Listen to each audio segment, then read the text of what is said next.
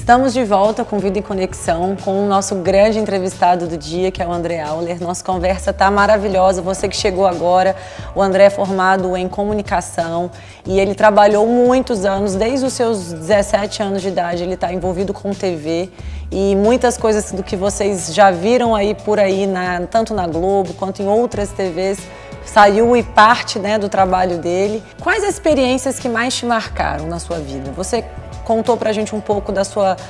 Como você começou, né, na produtora. Sim. Você começou como um auxiliar e o diretor era o Carlos Manga, então foi um grande professor.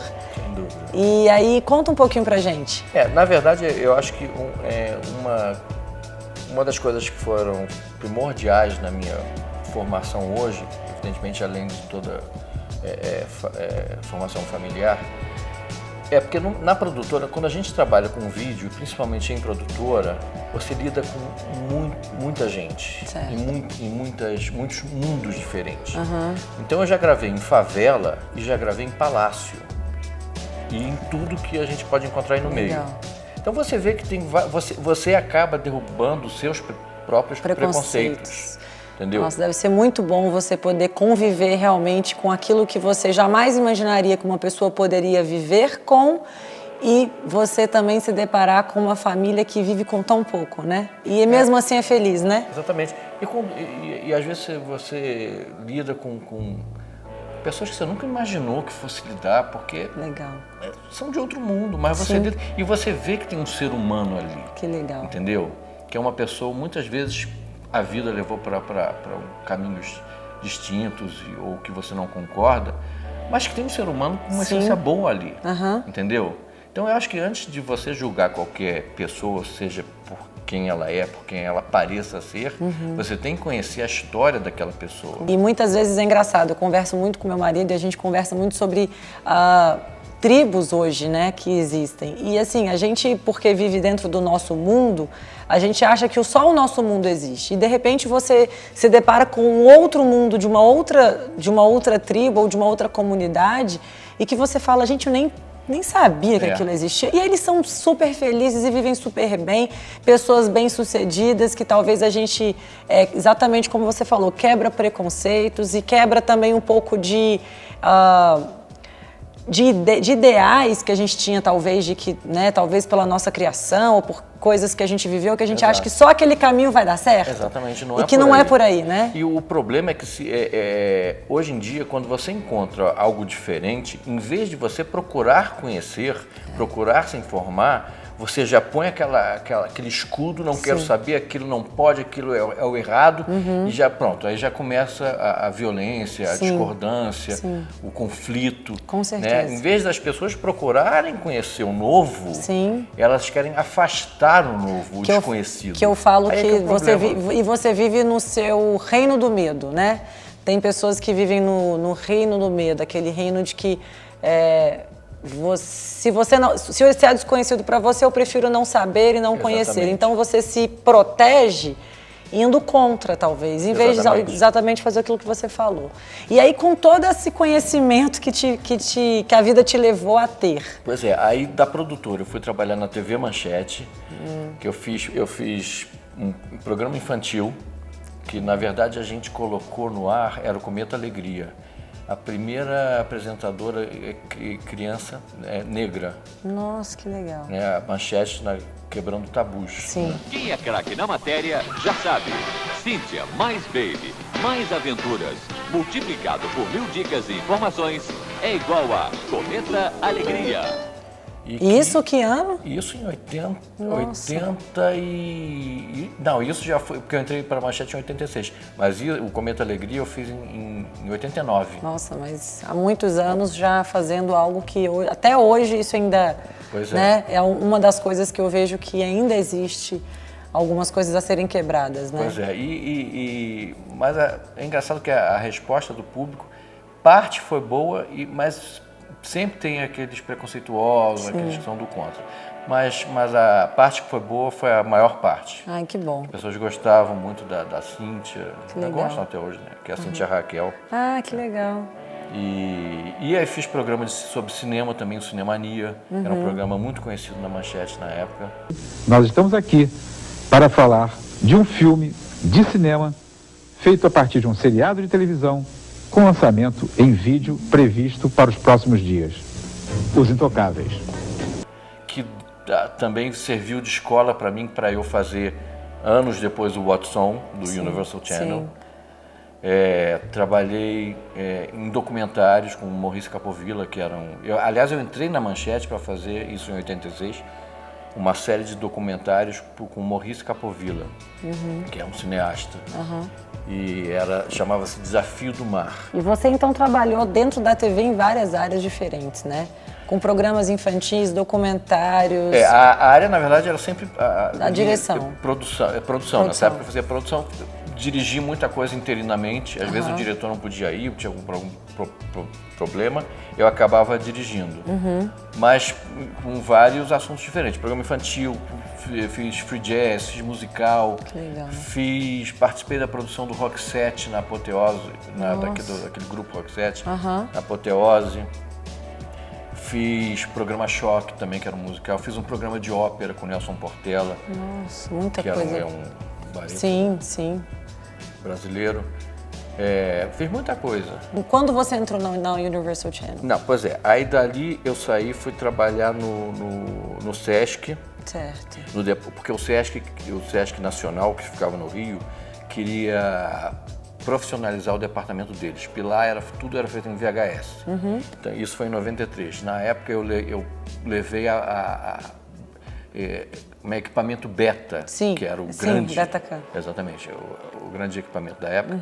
Eu levei para o Sesc. Então eu passei a fazer os vídeos do Sesc em Beta.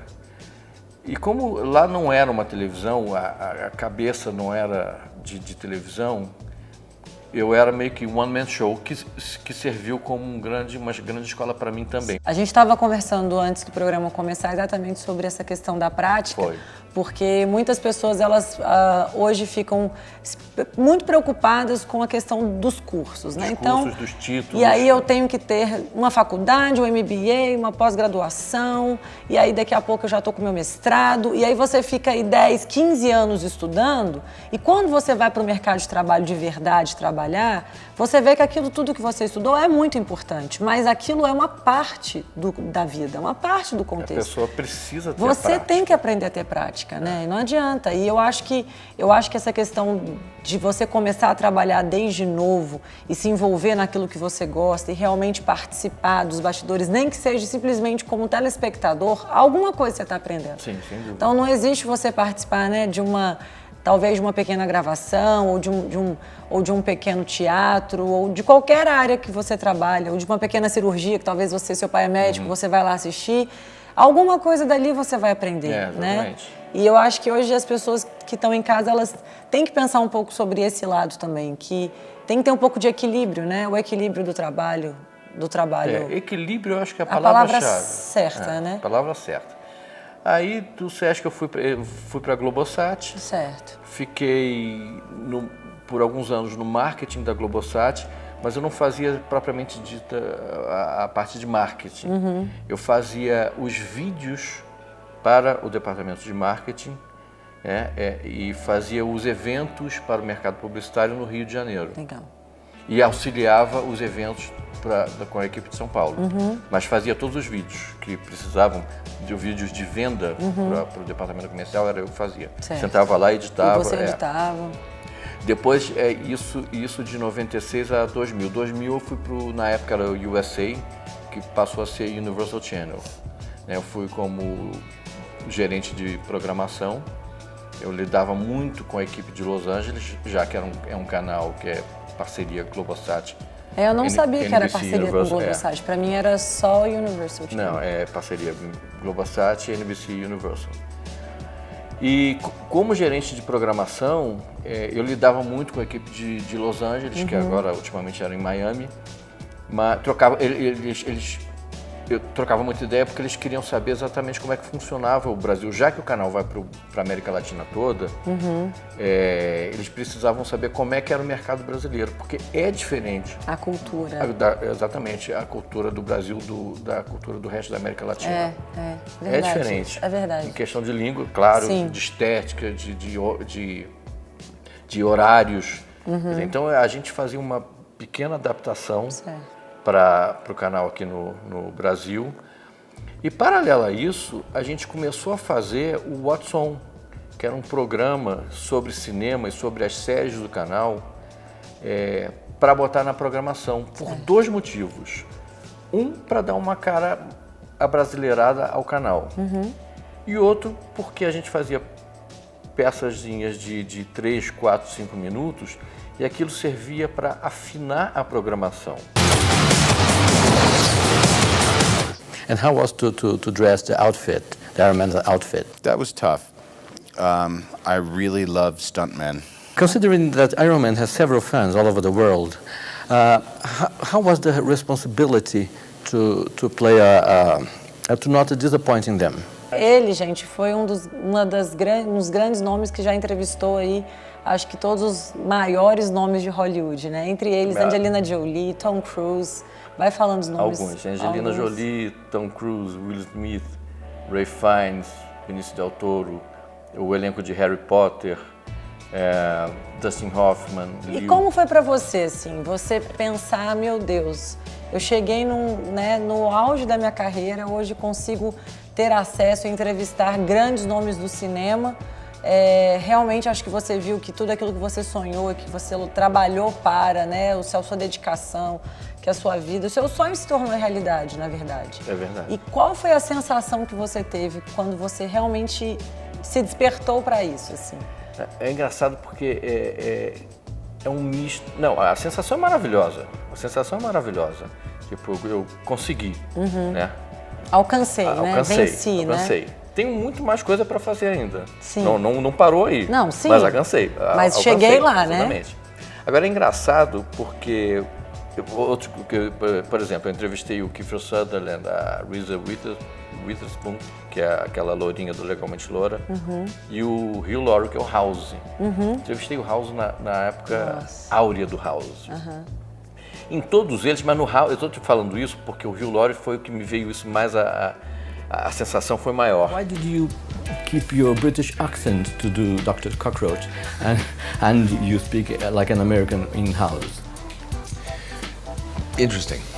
Well, House was always conceived as an American character. I did try to play House. When I first auditioned for the role, I tried House British for about 8 seconds.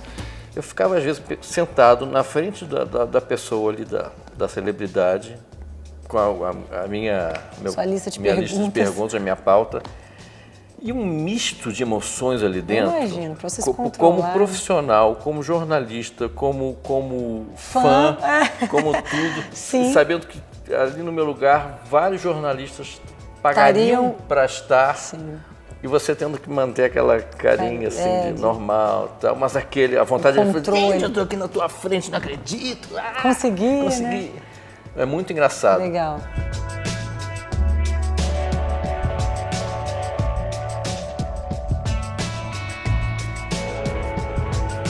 Uma das coisas que eu queria conversar com você agora foi que, apesar de toda essa sua história que você contou pra gente hoje, do seu nível profissional ser altíssimo, hoje você com 50 anos está se reinventando profissionalmente.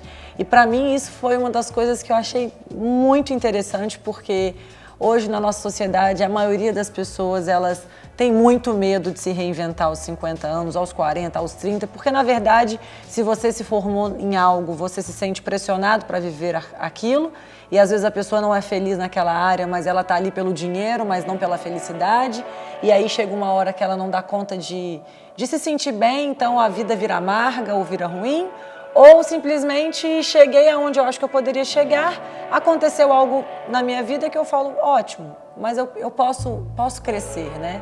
Posso viver algo novo. E como é que foi isso para você, viver algo novo, e você hoje está buscando coisas novas na sua vida? O que você pode deixar para o pessoal de casa? A minha mãe, com 60 anos, ela resolveu mudar de emprego e mudou. Nossa, que legal. Entendeu? Então, foi você aos em 50 casa. E depois aos 60. Quer dizer, então isso é uma coisa que eu já trago de casa. Entendeu? Eu tô com 50 anos, acho que ainda tenho muito o que fazer, mas talvez pela nossa profissão ser mais dinâmica, a gente não fica no escritório sentado, aquele fardo. Talvez se fosse assim, talvez eu já estivesse cansado, já querendo me aposentar. Não sei. Certo. Mas como a nossa profissão é diferente, você lida com um, com o outro, com conhece pessoas novas, né? Faz tipo de amizade. gente, outro e tal. Você está ali circulando por vários mundos, talvez isso te dê forças, te dê energia para continuar e procurar cada vez mais coisas novas, entendeu? Sim. E o que você poderia deixar? Porque assim, o que eu acho mais interessante que eu queria deixar para você que está em casa nos assistindo hoje é que, independente do que pode ter acontecido na sua vida, com certeza você não precisa desistir do seu sonho, né? Ah, não precisa. Então, mesmo que você fale para mim, mas eu tenho 50 anos, Li, e aí? E aí que você tem força, saúde, vida para começar com 50 e para começar com 60, né? E qualquer área da sua vida, não é só a área profissional. Às vezes eu conheço pessoas que se casaram de novo com 55, com 60, conheço pessoas que ficaram viúvas com 62 e casaram novamente. Você fala, mas como? Bom, a pessoa quer viver, né? Não, eu acho que qualquer um pode. O exemplo que eu dei antes, de repente, se eu estivesse num ambiente diferente, talvez eu não tivesse essa noção, talvez fosse mais difícil fazer o movimento. Mas dá para fazer, não é impossível. Sim. Você consegue fazer em qualquer área, em qualquer situação, seja na parte profissional, seja na parte familiar, afetuosa, enfim. Você pode, se aquilo não está bom, né, se aquilo você acha, ou de repente não é nem não estar bom, se você quer mudar por alguma razão, muda, dá para mudar. Dá para mudar, você talvez vai pensar um pouco menos, vai pensar um pouco mais. Eu acho que tem que fazer com equilíbrio, também não é um impulso, não é isso. Não é uma decisão tomada por desespero, né? Pois é.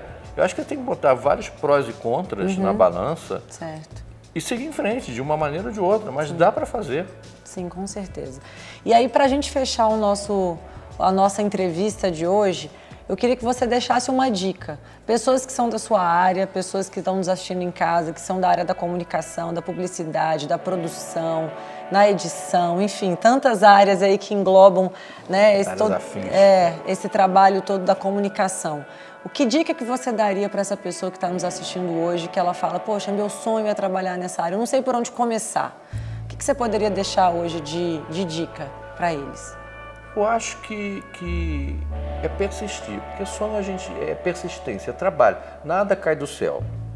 Muito obrigada pela sua entrevista, foi muito proveitoso, para mim foi uma aula também, porque eu acho que você viveu aí anos da televisão, não só da televisão, mas também da parte de produção, e eu acho que uma aula de vida, né? Porque na verdade nós dessa juventude precisamos aprender um pouco mais a visualizar pessoas que viveram tantas coisas na vida e que hoje se reinventam, e por que não a gente não pode? Mas você sabe que eu acho que é uma mistura. Assim como os mais novos aprendem comigo, eu aprendo com os mais novos. Eu acho que esse casamento é de suma importância. Nossa, então isso para mim, fechamos com chave de ouro, porque escutar isso de uma pessoa com 50 anos, para mim é maravilhoso, porque eu trabalho com o meu pai, que também está com 56, e eu vejo isso diariamente, assim, uma pessoa que sempre está querendo aprender com o outro, e isso é difícil de encontrar. Não são todas as pessoas que querem aprender conosco. Mas eu né? eu realmente acho isso. Isso é o segredo do sucesso. Talvez seja. Muito obrigada. Obrigado a você. Que Deus te abençoe, fique com Deus. Gente, finalizamos aqui o nosso Vida em Conexão hoje. Espero que você tenha gostado do nosso programa. Para mim foi maravilhoso. Quem não nos assistiu hoje pode nos assistir no site. Depois vocês vão estar sabendo mais informações. Não deixe de acessar o vidaemconexão.com.br. Um beijo para vocês e até a próxima.